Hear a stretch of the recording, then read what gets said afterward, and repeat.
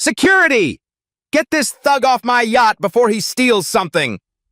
Emma Rodriguez shrieked the words across the luxury deck.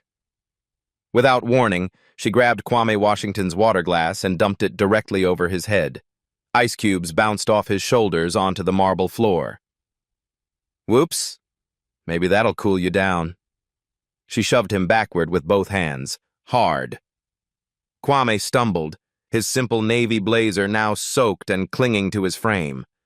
200 guests in glittering evening wear turned to stare. Several pulled out phones. Emma smirked, hands on her hips. The staff entrance is around the back, boy. Try the kitchen, they might need dishwashers. Kwame steadied himself, water dripping from his salt and pepper beard. The crystal chandeliers above cast perfect light on his calm, intelligent eyes. He said nothing. Have you ever been humiliated so publicly that everyone assumed you deserved it, except you owned the place? 7:47 p.m. Guest arrival ends in 13 minutes. The digital display above the yacht's main entrance flickered with the countdown. Emma Rodriguez straightened her crystal-studded dress, her confidence restored after the public humiliation she'd just delivered.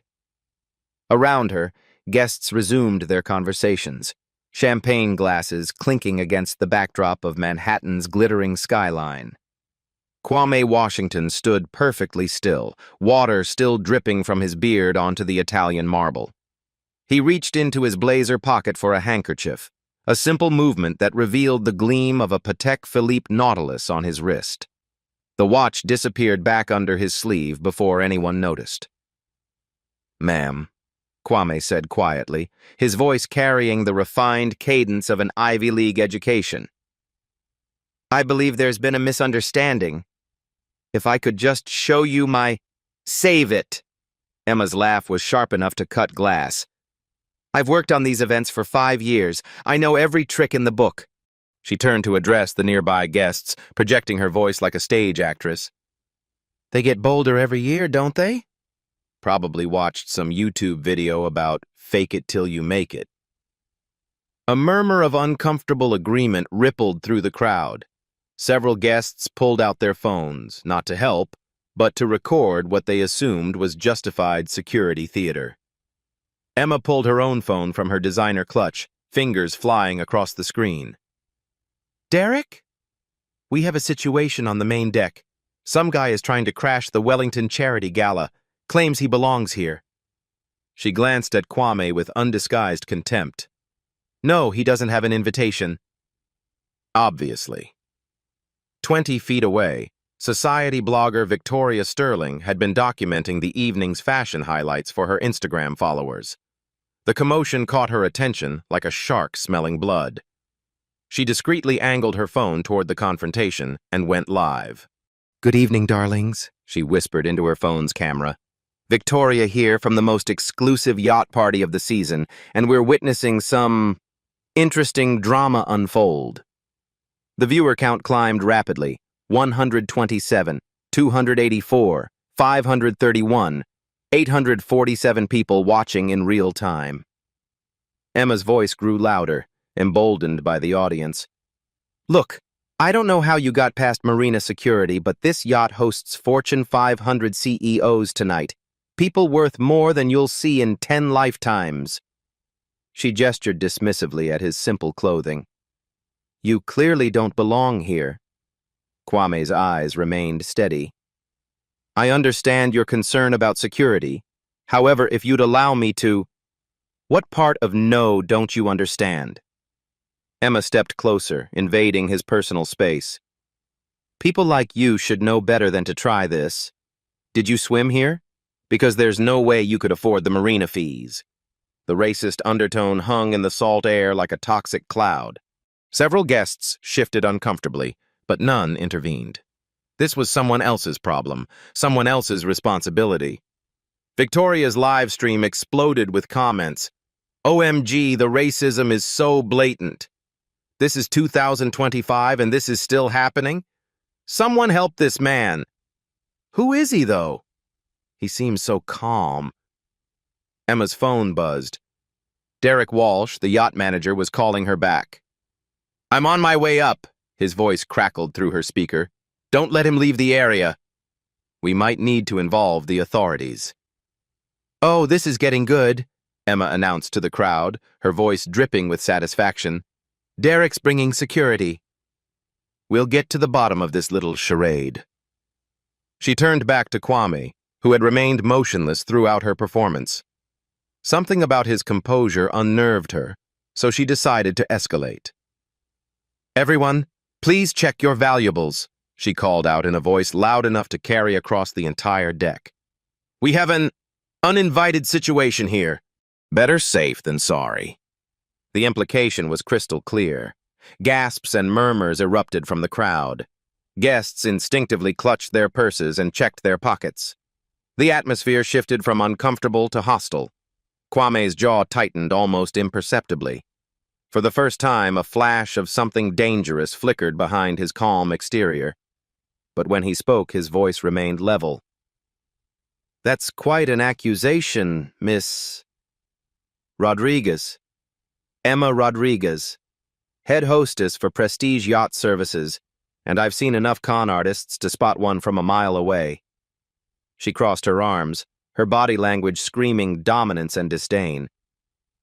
Whatever you're selling, fake Rolexes, pyramid schemes, sob stories, this isn't the place. Victoria's viewer count had climbed past 2,100. The comments were a mixture of outrage and fascination. Someone needs to call this out. Why isn't anyone helping him? Plot twist, he's actually famous. This woman is about to get fired. Kwame reached slowly for his wallet, a movement that caused two nearby guests to step back instinctively. From the leather billfold, he retrieved what appeared to be a business card. Perhaps this will clarify. Emma slapped the card from his hand before he could finish. It fluttered through the air and landed in the dark water below, disappearing into the yacht's wake. Nice try. Anyone can print fake business cards. She smirked at her own cleverness. What's next? A fake ID, forged documents. The digital countdown above them ticked down, 8 minutes remaining. Kwame watched his business card disappear into the black water. For just a moment, the corner of his mouth twitched, not in anger, but in something that might have been amusement. His phone buzzed. The caller ID showed simply, Marcus, legal. He declined the call. Sir, Emma said, her voice now icy with false politeness. I'm going to ask you one more time to leave voluntarily before security arrives. The service entrance is around back. The kitchen staff might need help with dishes that seems more your speed. The racial implications of her words weren't lost on anyone. Victoria's live stream comments became a torrent of outrage, but Emma was too drunk on her own power to notice the growing storm brewing online. Kwame looked up at the countdown timer, then back at Emma. When he spoke, his voice carried a quiet authority that made several nearby guests pause their conversations. Miss Rodriguez, he said softly, I think you might want to reconsider your approach. But Emma was beyond reason, beyond restraint. She had an audience, she had power, and she intended to use both. The only thing I'm reconsidering, she said with a triumphant smile, is whether to have you arrested for trespassing or just ban you from the entire marina. The countdown continued. 7 minutes remaining. 7:51 p.m. 9 minutes to presentation. The elevator doors opened with a soft chime and Derek Walsh emerged onto the main deck. At 42, the yacht manager carried himself with the practiced authority of someone who'd spent 15 years managing the whims of billionaires. Behind him walked 2 security guards in navy blazers, their earpieces crackling with radio chatter. Emma's face lit up with vindication. Derek! Thank God you're here. This man has been harassing our guests and refusing to leave. Derek's eyes swept the scene. A crowd of 30-plus guests forming a loose semicircle, phones raised like modern-day torches. At the center stood a middle-aged black man in simple attire, water stains still visible on his clothing. The man's posture was relaxed, almost serene, which struck Derek as odd for someone supposedly caught trespassing.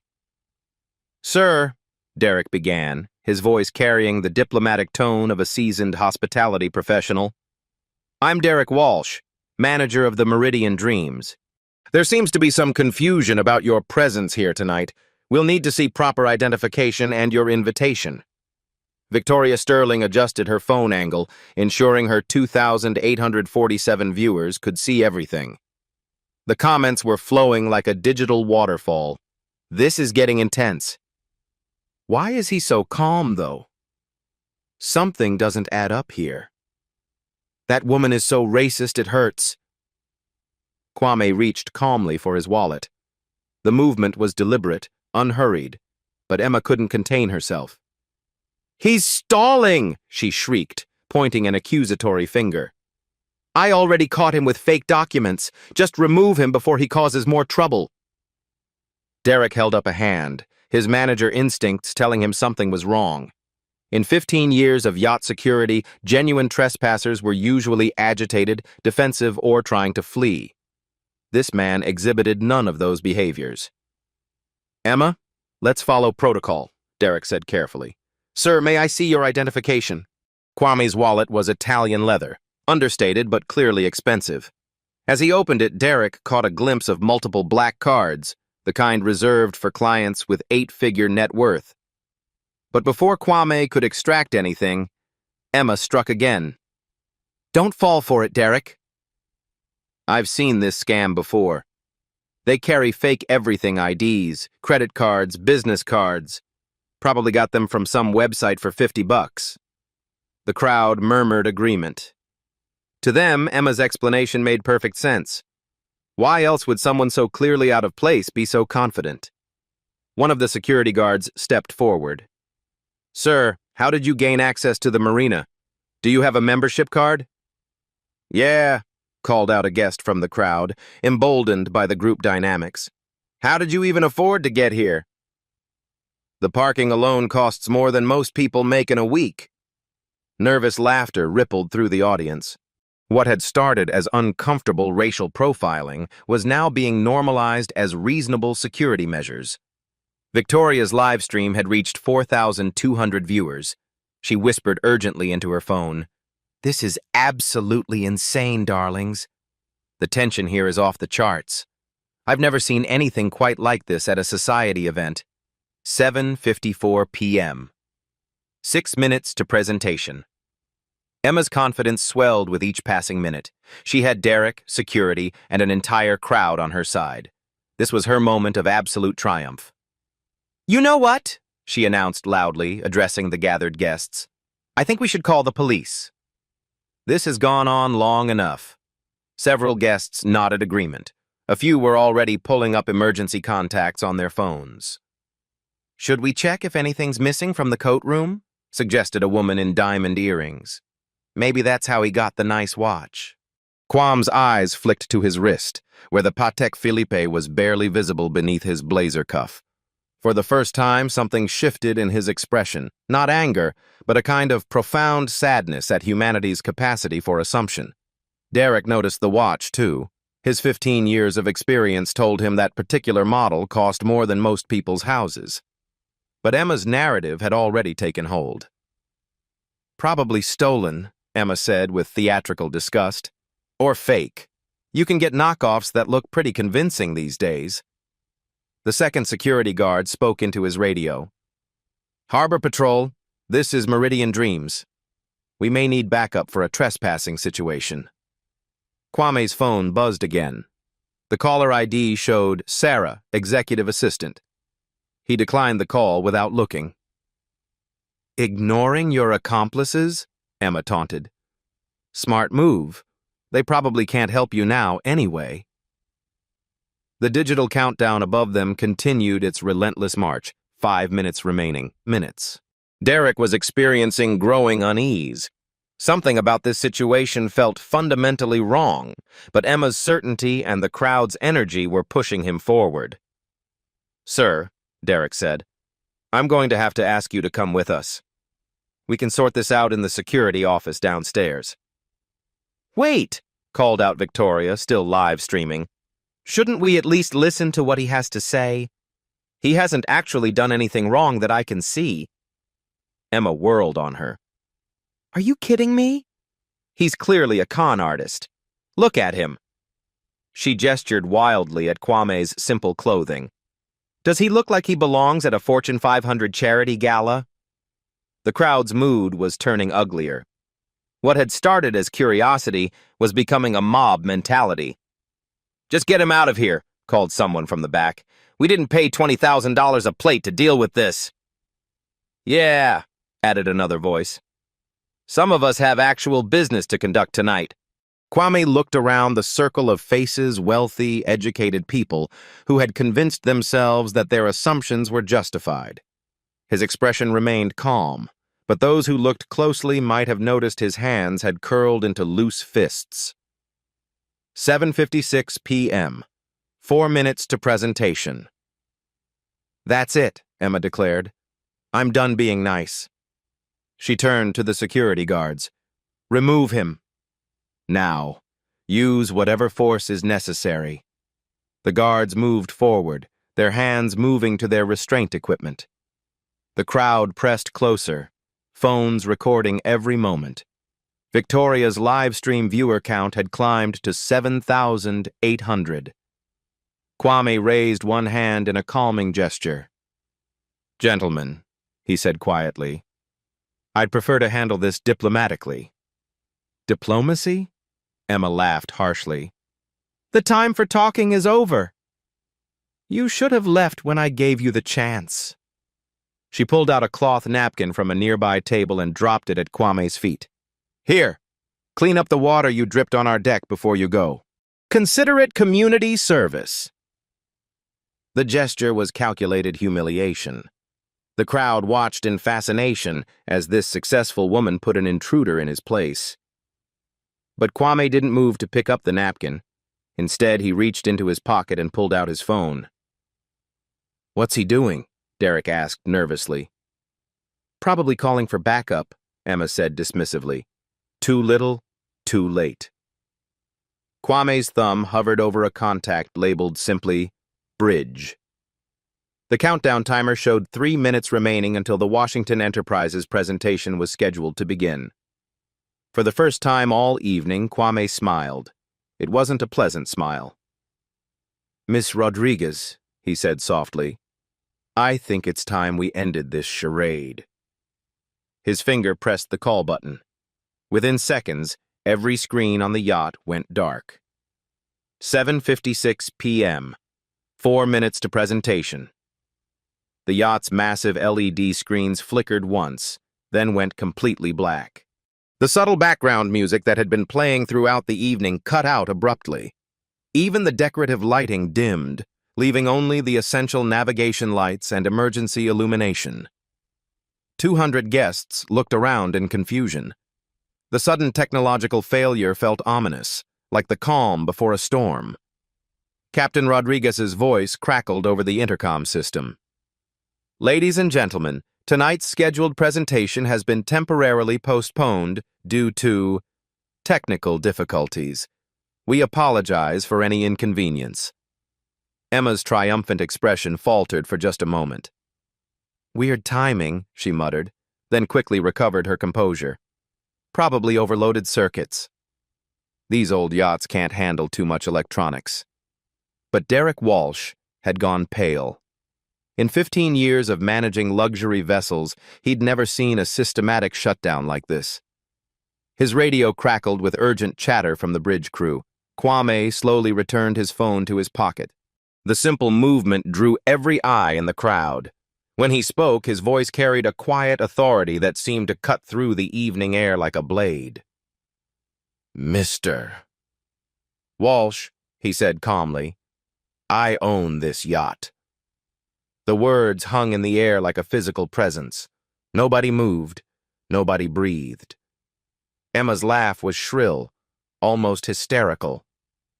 Right, and I'm the Queen of England. Derek, don't listen to this lunatic. But Derek was frantically scrolling through his tablet, accessing the yacht's registration database. His hands shook as he pulled up the ownership documents. Owner, Kwame Washington. Registration, Meridian Dreams, LLC. Purchase. Date, March 15th, 2023. Value, $127 million. Derek's tablet slipped from his nerveless fingers and clattered onto the marble deck. Victoria Sterling's live stream had exploded to 12,400 viewers. The comments were a blur of shock and disbelief. No way. I knew it. That woman is so screwed. Oh my God, oh my God. That's impossible, Emma whispered, but her voice had lost its edge. For the first time all evening, doubt crept into her eyes. Kwame reached into his blazer and withdrew a slim device, the yacht's master key fob. With a soft beep, the navigation lights changed from white to blue, then back to white. A simple demonstration, but one that sent shockwaves through the crowd. The Meridian Dreams is my personal vessel, Kwame said quietly. I purchased her from the Monaco Yacht Show 2 years ago. Derek scrambled to pick up his tablet, his face flushed with horror. Sir, I had no idea. Your photos in the company database must be outdated, Kwame finished. I prefer to maintain a low profile at my own events. Emma was backing away slowly, her brain struggling to process this reversal of reality. No, no, no. This is some elaborate con. You can't just dash. Miss Rodriguez, Kwame interrupted, his voice still maddeningly calm.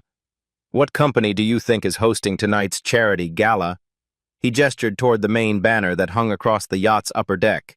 In elegant silver lettering, it read, Washington Enterprises Foundation, Annual Community Investment Gala. The banner had been hanging there all evening. Everyone had seen it. But now, for the first time, they were actually reading it. Emma's eyes went wide as the full magnitude of her mistake crashed over her like a tsunami.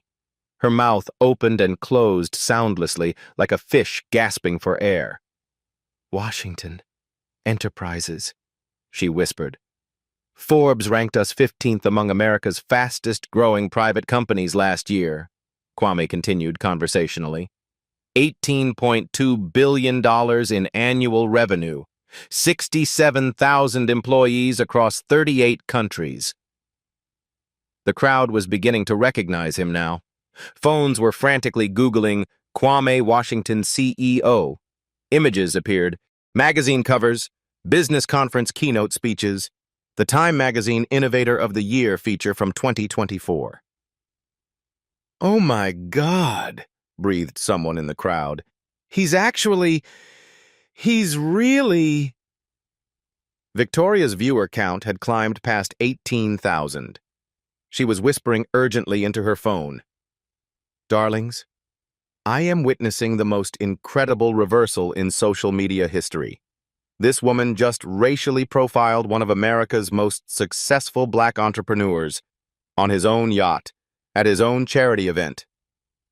Derek was now reviewing Emma's employment contract on his tablet, his face growing paler by the second. Sir, on behalf of Prestige Yacht Services, I must offer our most sincere... Mr. Walsh, Kwame said quietly, we'll discuss your company's protocols later. Right now, I'm more interested in understanding Miss Rodriguez's decision-making process. He turned to face Emma directly. She was trembling now, the full weight of her actions crushing down on her like an avalanche. You assumed I was a criminal, Kwame said, his voice carrying no anger, only profound sadness. You assumed I was poor. You assumed I was lying. You assumed I was dangerous. He paused. All based on what, exactly? Emma's mouth moved soundlessly. The answer was obvious to everyone present, but saying it out loud would be admitting to something that could destroy her career, her reputation, her entire life. I was just... Security protocols required, she stammered. Security protocols, Kwame repeated thoughtfully. Mr. Walsh, does Prestige Yacht Services have a policy regarding racial profiling? Derek's voice was barely a whisper. Zero tolerance, sir. Immediate termination. The crowd was silent now, the only sounds coming from the gentle lapping of waves against the hull and the occasional ping of Victoria's live stream notifications. Kwame looked up at the digital countdown, which now showed 1 minute remaining. "Miss Rodriguez," he said quietly, "tonight's event was scheduled to announce a $75 million donation to historically black colleges and universities. The largest single contribution in HBCU history." Emma's knees buckled. She grabbed onto a nearby railing to keep from falling. The presentation was to begin in— Kwame glanced at his Patek Philippe. 57 seconds.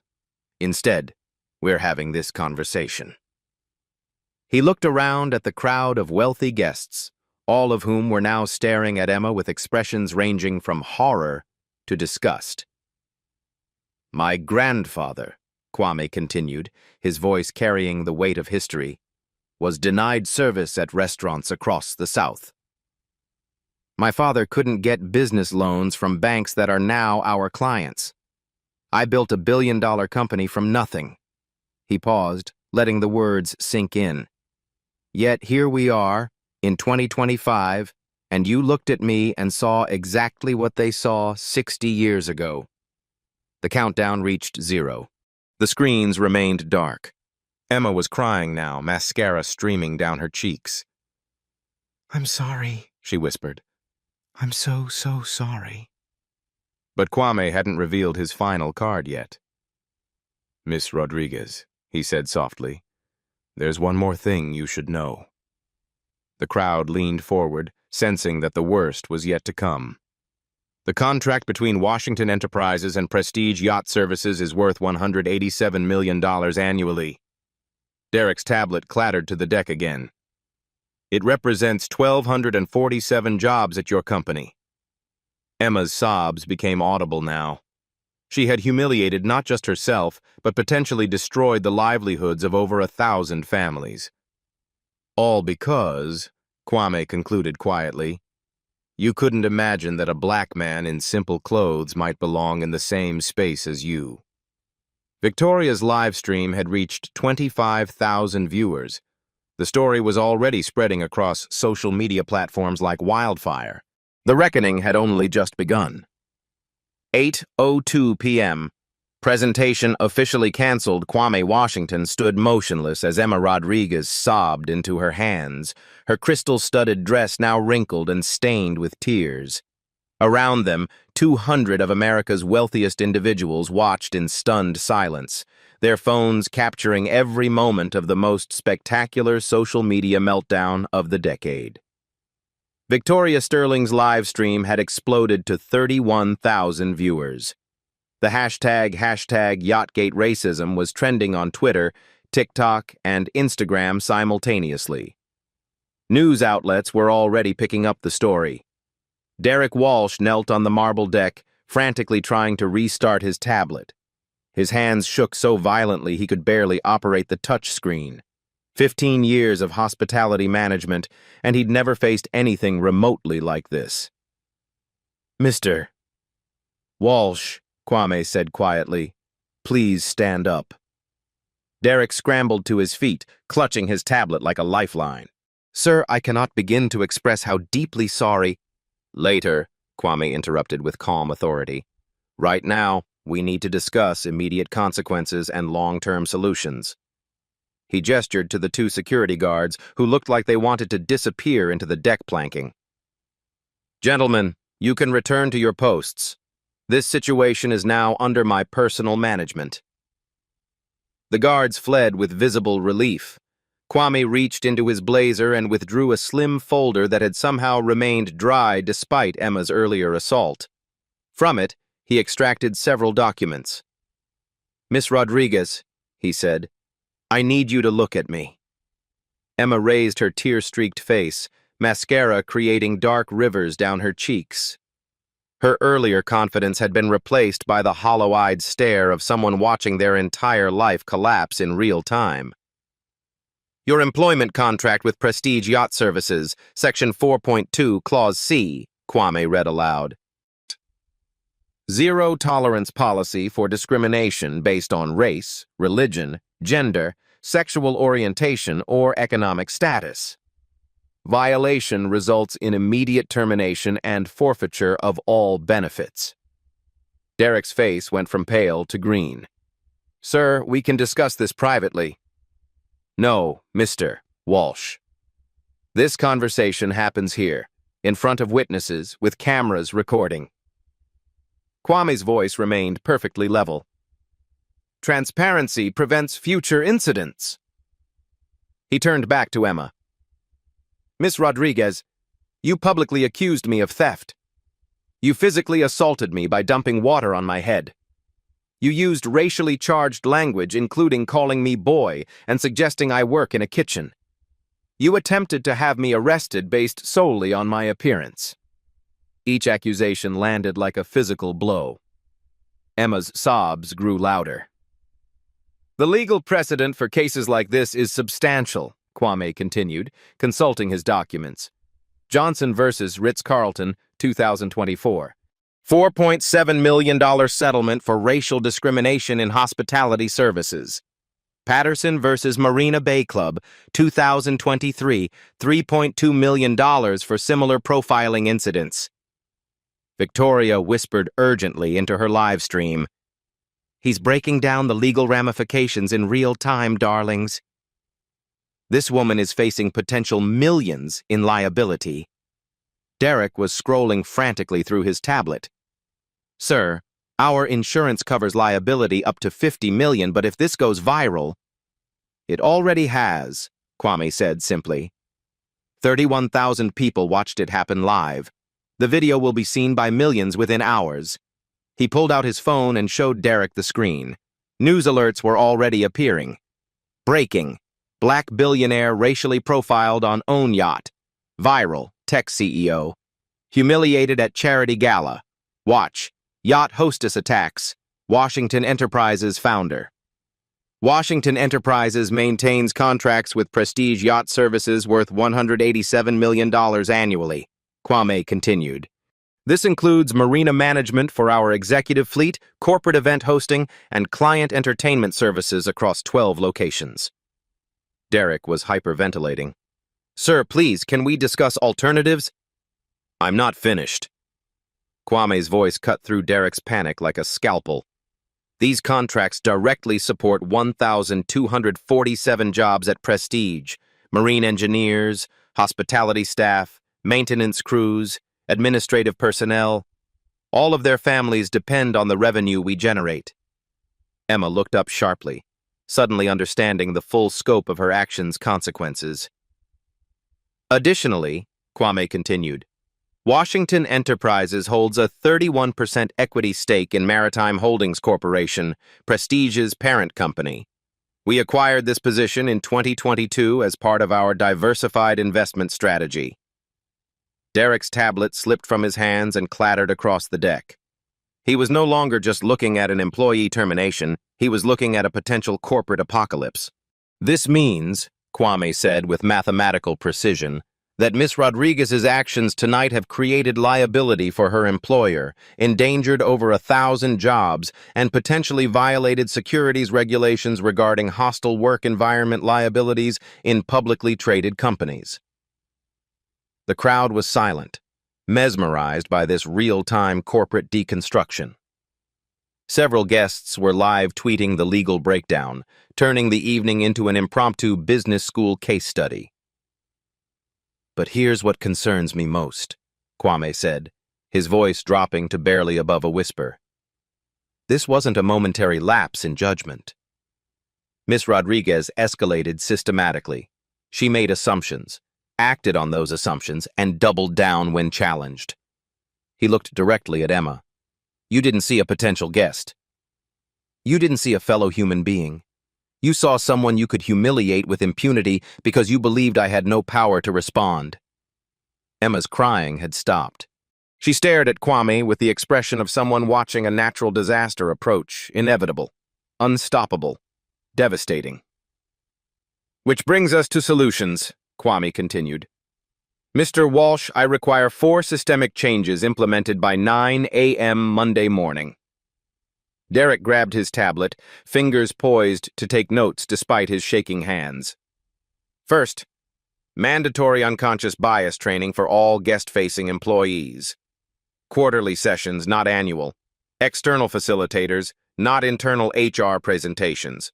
Cost, approximately $2.3 million annually across your operations. Yes, sir, Derek managed. Second, anonymous discrimination reporting system accessible via mobile app. External oversight by civil rights organizations. Real-time alerts to corporate leadership. Development cost, $800,000. Annual monitoring, $400,000. Derek was typing frantically. Third, diverse hiring initiative for all management positions. Minimum 40% representation of underrepresented groups in leadership roles within 18 months. Executive compensation tied to diversity metrics. Understood. Fourth, Ms. Rodriguez's immediate termination and public acknowledgement of discriminatory conduct. Not a quiet resignation, not a transfer. Termination for cause, with full explanation provided to all employees as training material. Emma's head snapped up. Wait, you can't. I'm not finished, Kwame said quietly. The authority in his voice was absolute. Additionally, Prestige will fund a $5 million scholarship program for underrepresented students in hospitality management. Annual contributions, managed by the United Negro College Fund. Derek nodded rapidly. Yes, sir. Absolutely. Finally, Kwame said, Prestige will partner with the NAACP to develop industry-wide standards for inclusive service. Your company will serve as the pilot program for maritime hospitality equality initiatives. He folded his documents and returned them to his blazer. Total cost to implement these changes, approximately $15 million over 2 years. Derek was sweating profusely, despite the cool evening air. And if we refuse? Kwame's smile was cold enough to freeze the harbor. Washington Enterprises terminates all contracts immediately. That's $187 million in annual revenue, gone. Our equity stake gets divested through hostile tender offer procedures, which typically results in 40 to 60% staff reductions during restructuring. He paused to let the mathematics sink in. Additionally, I personally know the CEOs of 17 companies that currently contract with Prestige. Once they learn about tonight's incident, and they'll face their own internal pressure to reconsider their relationships with organizations that tolerate discrimination. Victoria's live stream viewer count had climbed to 47,000. The comments were a blur of shock and admiration. This is how you handle corporate racism. Intellectual brutality. That woman destroyed her own company. Justice served cold. Emma had gone silent, staring at the deck. The full weight of causing potential unemployment for over 1,000 families was crushing her spirit completely. Mr. Walsh, Kwame said finally, do we have an agreement? Derek didn't hesitate. Yes, sir. All terms accepted. Implementation begins immediately. Excellent. Kwame checked his watch. You have 61 hours and 17 minutes until the deadline. He turned to address the crowd that had been watching this corporate dismantling with fascination. Ladies and gentlemen, I apologize for the disruption to your evening. The bar remains open and dinner will be served as scheduled. Tonight's HBCU donation announcement will be rescheduled for next week. As the guests began to disperse, murmuring among themselves about what they'd witnessed, Kwame walked over to where Emma sat crumpled against the railing. Miss Rodriguez, he said quietly, you have the opportunity to learn from this experience. I suggest you take it. Emma looked up at him through her tears. I'm sorry, she whispered. I'm so sorry. I know, Kwame replied. But sorry doesn't undo the damage. Only action does. He walked away, leaving Emma alone with the wreckage of her career and the live stream that would ensure her actions were never forgotten. The reckoning was complete. The transformation was about to begin. 72 hours later, Monday, 8:47 a.m. The Prestige Yacht Services corporate headquarters buzzed with an energy that bordered on panic. Derek Walsh stood in the executive boardroom, surrounded by laptops, legal documents, and 3 cups of cold coffee. His weekend had been a blur of emergency conference calls, contract reviews, and crisis management sessions.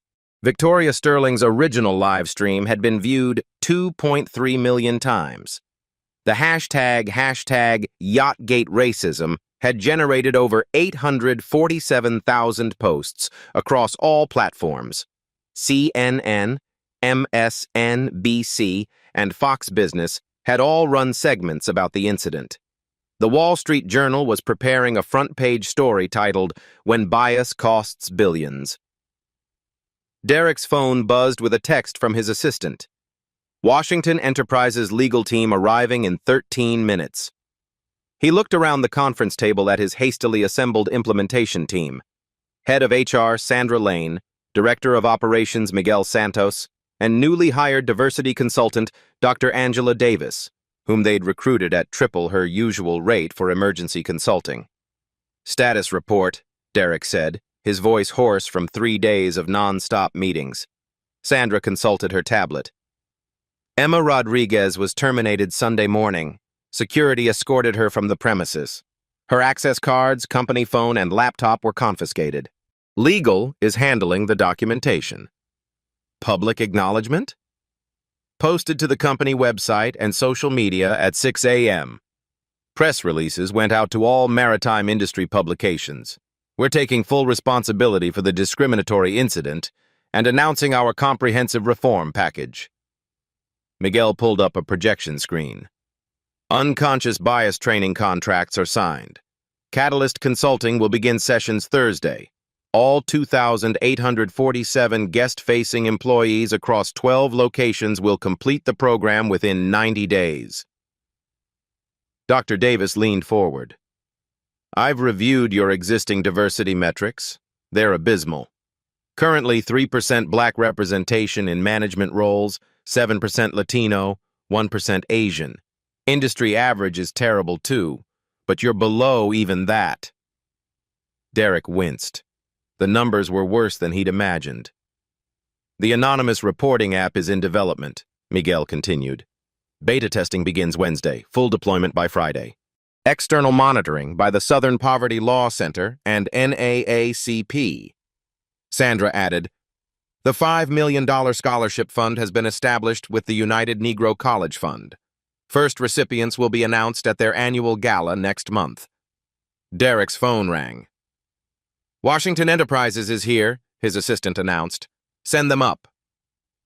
5 minutes later, Kwame Washington entered the boardroom, followed by 3 attorneys and a woman in an elegant business suit who carried herself with obvious authority. "Mr. Walsh," Kwame said, his voice carrying the same calm authority from the yacht. "I'd like you to meet Sarah Lane, my chief operating officer, and our legal team." Derek stood, his hands slightly trembling. "Mr. Washington, thank you for coming. We've implemented everything you requested. Show me." For the next hour, Derek's team presented their comprehensive reform package. Kwame listened without comment, occasionally asking pointed questions that revealed his deep understanding of corporate operations. "The bias training curriculum, Dr. Davis explained, includes specific modules on unconscious racial profiling, economic assumptions, and service industry best practices. Each session includes real case studies, including the incident from Saturday night." Kwame's eyebrow raised slightly. "You're using Saturday's events as training material?" "With your permission," Derek said quickly. "We believe transparency about our failures is essential for preventing future incidents." Approved. Sarah Lane reviewed the diversity hiring metrics. "Your timeline for 40% representation in management seems aggressive. Most companies take 3 to 5 years for this level of change. We're not most companies, Derek replied. We nearly lost our largest client due to systemic discrimination. Aggressive change is the only option.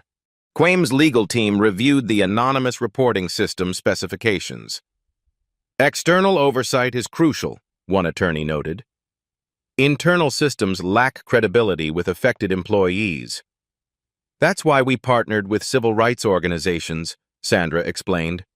All reports go directly to external monitors. Corporate leadership receives quarterly summaries, but individual complaints are handled independently. After 2 hours of detailed review, Kwame stood. Mr. Walsh, your implementation appears comprehensive. However, execution will determine success. Understood, sir. There's one additional element I'd like to discuss. Kwame pulled out his phone and showed Derek a news article. 3 other yacht management companies have announced similar diversity initiatives since Saturday. Your incident is catalyzing industry-wide change. Derek felt a complex mixture of shame and pride. Their public humiliation was becoming a force for broader reform. Which brings me to my proposal, Kwame continued. Washington Enterprises wants to partner with Prestige to develop the Maritime Industry Inclusion Standards, a comprehensive framework that other companies can adopt. Derek blinked in surprise. You want to expand this partnership? Discrimination isn't a prestige problem, Mr. Walsh. It's an industry problem. Saturday night proved that even well-intentioned people can harbor unconscious biases that lead to discriminatory actions. Sarah Lane added, We're proposing a $25 million investment in creating industry-wide standards.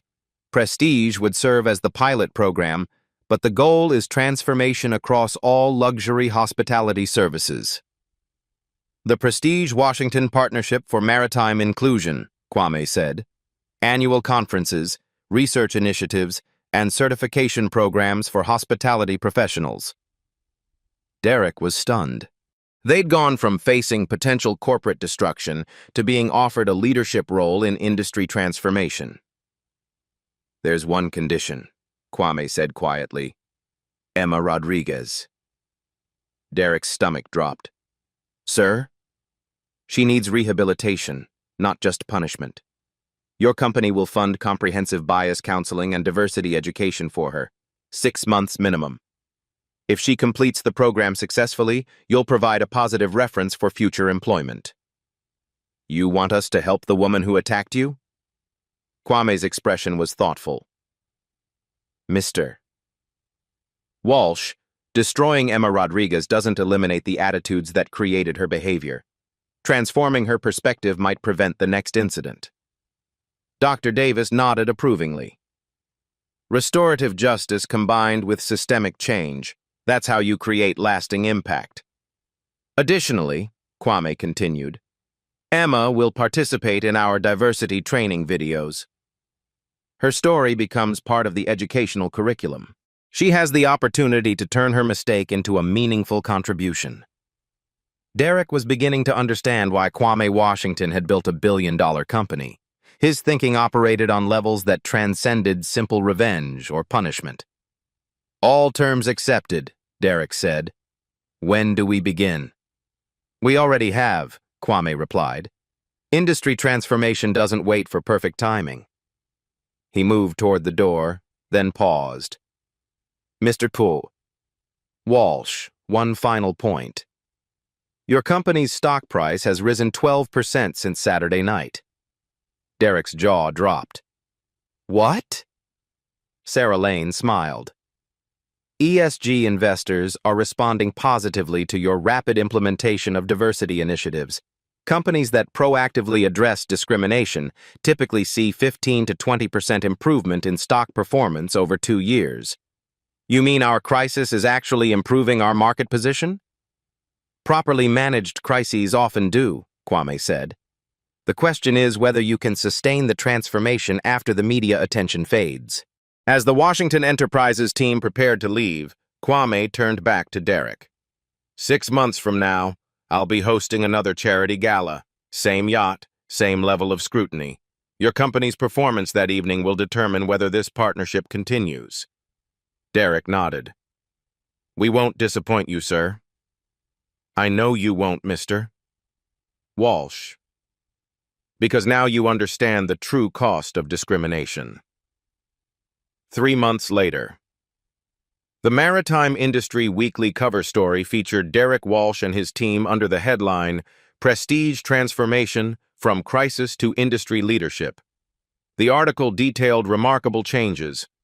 0 discrimination complaints across all prestige locations, 23% increase in diverse clientele, and implementation of their inclusion standards by 17 other yacht management companies. Emma Rodriguez had completed her counseling program and was working as a diversity trainer for hospitality companies. Her testimonial videos had been viewed over 500,000 times. Most importantly, the industry itself was changing. The prestige standards had become the benchmark for inclusive service across luxury hospitality. Kwame Washington's quiet revolution had transformed not just one company, but an entire sector of the economy. The incident that began with humiliation had become a catalyst for systemic justice. Sometimes the most powerful revolutions begin with a single moment of human dignity under pressure. 6 months later, December 15th, 2025. The Meridian Dreams glided through New York Harbor under a canopy of stars, her deck illuminated by thousands of twinkling lights. Tonight's charity gala represented more than just another fundraising event. It had become a symbol of transformation, a testament to what happens when dignity meets power and creates lasting change. Kwame Washington stood at the bow, watching Manhattan's skyline reflect off the dark water. He wore the same understated elegance as that night 6 months ago. Simple navy blazer, crisp white shirt, no ostentation, but everything else had changed. Behind him, 300 guests mingled on the expanded deck. The crowd was notably different from the previous gala, more diverse, more inclusive, more representative of America's actual demographics. Black executives, Latino entrepreneurs, Asian tech leaders, and women of all backgrounds moved through conversations with the traditional white elite who had always dominated these spaces. Derek Walsh approached with visible nervousness. 6 months of intense transformation had aged him, but also strengthened him. Mr. Washington, everything is ready for tonight's presentation. How are your team's stress levels, Derek? Derek smiled, the first genuine smile Kwame had seen from him since that devastating night. Confident, sir. We've had 0 incidents across all 12 locations. The new staff actually seem excited about their inclusion training. And Emma. She graduated from the rehabilitation program last month, top of her class. She's speaking at the National Restaurant Association conference next week about unconscious bias in hospitality. Kwame nodded approvingly. Transformation, not destruction. Near the main stage, Victoria Sterling was setting up for another live stream. Her follower count had exploded to 2.8 million after her documentation of the original incident. Tonight, she was broadcasting the Redemption Gala to an audience eager to see how the story ended. "Good evening, everyone," she whispered into her phone. "Victoria here, back on the Meridian Dreams for what promises to be an extraordinary evening. 6 months ago, this yacht was the site of one of the most viral discrimination incidents in social media history. Tonight, we're witnessing the most remarkable corporate transformation I've ever documented." The guest list told the story of systematic change. CEOs from 17 yacht management companies that had adopted the prestige standards. University presidents from 12 historically black colleges and universities receiving scholarship funding. Civil rights leaders who had partnered with the Maritime Industry Inclusion Initiative. Dr. Angela Davis moved through the crowd, no longer an emergency consultant, but now director of inclusion strategy for the entire maritime hospitality industry. Her work had expanded far beyond prestige, creating a new profession dedicated to preventing discrimination in luxury services. At 8 p.m. sharp, exactly 6 months after that night's canceled presentation, Kwame took the stage. The crowd fell silent with anticipation. 6 months ago, on this very deck, I experienced something that happens to successful Black Americans more often than most people realize, he began. I was judged not by my character, my achievements, or my contributions, but by assumptions rooted in centuries of prejudice. The audience was completely still. Many had seen the viral video, but hearing Kwame address it directly carried profound weight. That night, I had a choice. I could have used my power to destroy careers, bankrupt companies, and seek personal revenge. Instead, I chose transformation. He gestured toward Derek, who stood proudly with his integrated management team.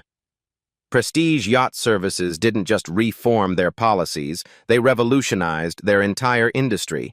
Today, the maritime hospitality sector has the most comprehensive inclusion standards of any luxury service industry in America. Applause erupted across the deck. But individual company change wasn't enough. We created systematic transformation. Kwame pulled up a presentation screen. The Maritime Industry Inclusion Initiative has certified 347 companies across North America. Discrimination complaints in our sector have dropped 73% industry-wide. The numbers were staggering. What had begun as one woman's racist outburst had catalyzed the most comprehensive civil rights advancement in luxury hospitality history. The Kwame Washington Fellowship Program has provided scholarships to 1,247 underrepresented students pursuing careers in hospitality management. These future leaders will ensure that what happened to me never happens to anyone else. Victoria's live stream viewer count had climbed to 67,000. Comments poured in from around the world. This is how you create real change. From humiliation to transformation. Justice through systematic reform. True leadership in action. Tonight, Kwame continued, Washington Enterprises is announcing our largest charitable commitment in company history. $150 million over 5 years to establish the Center for Economic Justice and Inclusion. Gasps echoed across the deck. This wasn't just charity. This was institutional change funding. This center will research discrimination in corporate America, develop intervention strategies, and provide legal support for individuals facing bias in professional settings. Because what happened to me happens to thousands of others who lack the resources to respond effectively. He paused, looking out over the crowd of powerful individuals who were hanging on his every word. My grandfather was denied service at restaurants. My father couldn't get business loans. I built a billion-dollar company and still faced discrimination. But tonight, we're ensuring that my daughter and every child like her will inherit a more just economic system. The applause was thunderous, sustained, heartfelt. The woman who attacked me that night learned something crucial. Assumptions based on appearance destroy not just individuals, but entire systems. Emma Rodriguez now trains thousands of hospitality professionals annually. Her story has become our most powerful educational tool. Kwame's voice grew stronger, more passionate. This is how lasting change happens. Not through revenge, not through destruction, but through the patient work of transforming hearts, minds, and institutional practices. He looked directly into Victoria's camera, knowing his words would reach millions. To everyone watching, if you've experienced discrimination in restaurants, hotels, clubs, or any service environment, your voice matters. Share your story. Demand accountability. Support businesses that prioritize inclusion. The crowd was completely silent, absorbed in his message. To business leaders, understand that diversity isn't just morally right. It's economically essential. Companies with inclusive cultures outperform their competitors by 35% on average. Justice is profitable. To young people of color, Your success doesn't immunize you from prejudice, but it gives you power to fight systemic bias. Use that power wisely. Transform, don't just triumph. Kwame's final words carried the weight of generational wisdom. Change the system so the next person won't face what you faced. That's how individual dignity becomes collective justice. As applause filled the night air, Victoria whispered into her live stream, "Ladies and gentlemen, this is what revolution looks like in the 21st century. Not violence, not destruction, but the patient, powerful work of transforming how we treat each other." The evening continued with celebration, but the real victory was already complete. 6 months of systematic change had proven that when dignity meets power and wisdom, entire industries can be transformed. Your turn to act. Have you witnessed discrimination in upscale restaurants, luxury hotels, exclusive clubs, or premium service environments? Your experience matters. Share your story in the comments below. Every voice contributes to the movement for change. This story proves that systematic transformation happens when we hold institutions accountable, not just individuals. When we demand change at the corporate level, we protect everyone who comes after us. Subscribe to Black Soul Stories for more accounts of quiet power overcoming prejudice, real stories of Black excellence, dignity under pressure, and the intellectual courage that transforms entire systems. Share this video if you believe that everyone deserves respect regardless of their appearance, race, or assumptions about their background. Together, we can create spaces where character matters more than color, where achievement speaks louder than assumptions. Because true power isn't about dominance, it's about using your success to ensure others don't face the barriers you overcame. The revolution continues with every story shared, every bias challenged, every system transformed.